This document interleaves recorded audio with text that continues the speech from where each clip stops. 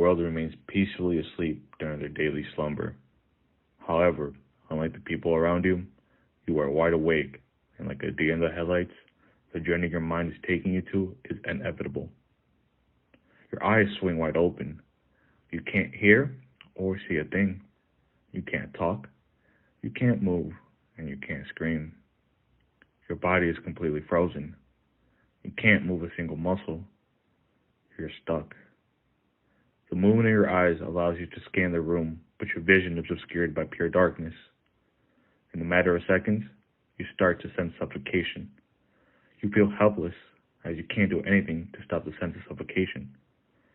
You don't see anything on top of your chest. The only thing you feel is the pressure and the sound of your heart thumping. Giving one final scan around the area, you are greeted by a pair of eyes directly on top of your chest.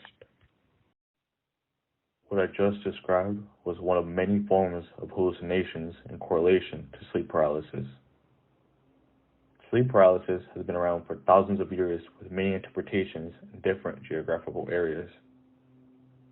One of the earliest mentions of sleep paralysis was from the Roman Empire back in 2000 BCE.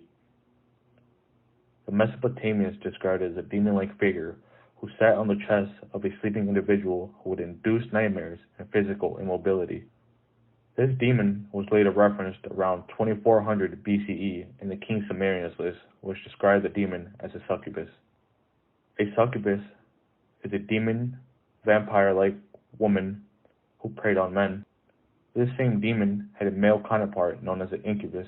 This demon figure received the name incubus, which is Latin for to sit on.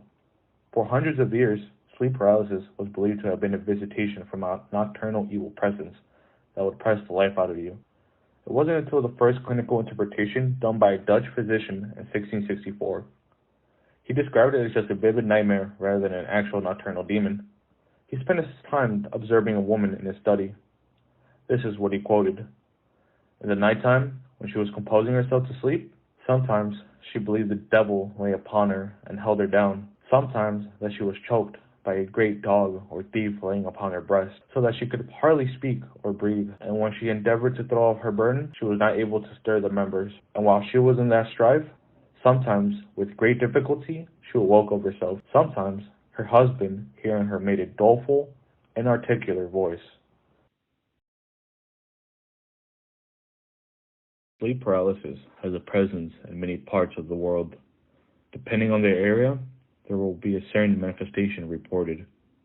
For the most part, manifestations include demons, witches, ghosts, and jinns. In modern times, sleep paralysis has been explored more into detail, giving us a greater understanding of how it works. First, the occurrence. Sleep paralysis occurs in two different ways.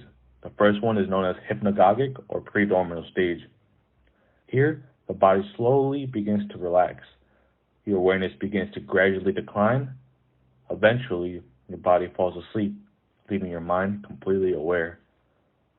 At this point, you are completely aware but not able to produce speech or movement. The next occurrence is hypnopompic or postdormital. During sleep, your body alternates between rapid eye movement and non-rapid eye movement. One cycle of REM and NREM sleep lasts about 60 to 90 minutes. NREM sleep occurs first and takes up the majority of your overall sleep. During the NREM sleep, your body relaxes and restores itself. At the end of NREM, your sleep shifts to REM.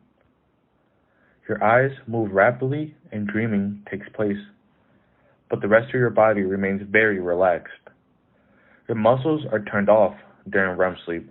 This is because during REM, our body inhibits muscle neurons. This is known as atania. It occurs during your dream state so that the body doesn't act out your dreams. During regular REM sleep, one won't realize that the atania as it ends as you awake. If you become aware before the REM cycle has time to finish, then you'll notice that you cannot move or speak. Researchers believe that the well-blended mix of REM and consciousness allows for sleep paralysis to occur. Sleep paralysis can come in recurrent or isolated episodes. With isolated episodes, there's usually no underlying cause, but with recurrent episodes, it can be attributed to other sleep disorders like insomnia, COPD, sleep apnea, and narcolepsy. Sleep paralysis starts around between the ages of 7 to 25, but is most commonly found with those in their 20s or 30s.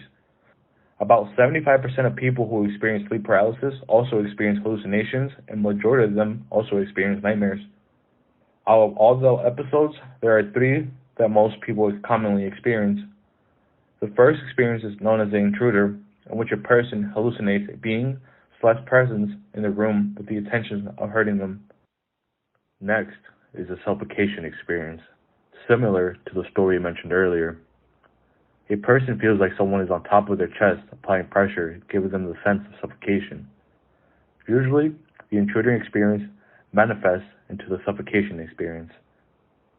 The final one is the vestibular motor experience. Here, the person feels like they're floating or flying during the out-of-body experience. Usually, all these experiences are vivid with great detail. People who experience this usually have a great recollection upon waking up. During their experience, the person is seen with an increased heart rate, perspiration level, and distress level. Majority of people after their experience have trouble falling back to sleep, or sleeping in general. Since these dreams are so vivid and detailed, many people are able to perfectly recollect their story and share it with others in forums, blogs, and other sources.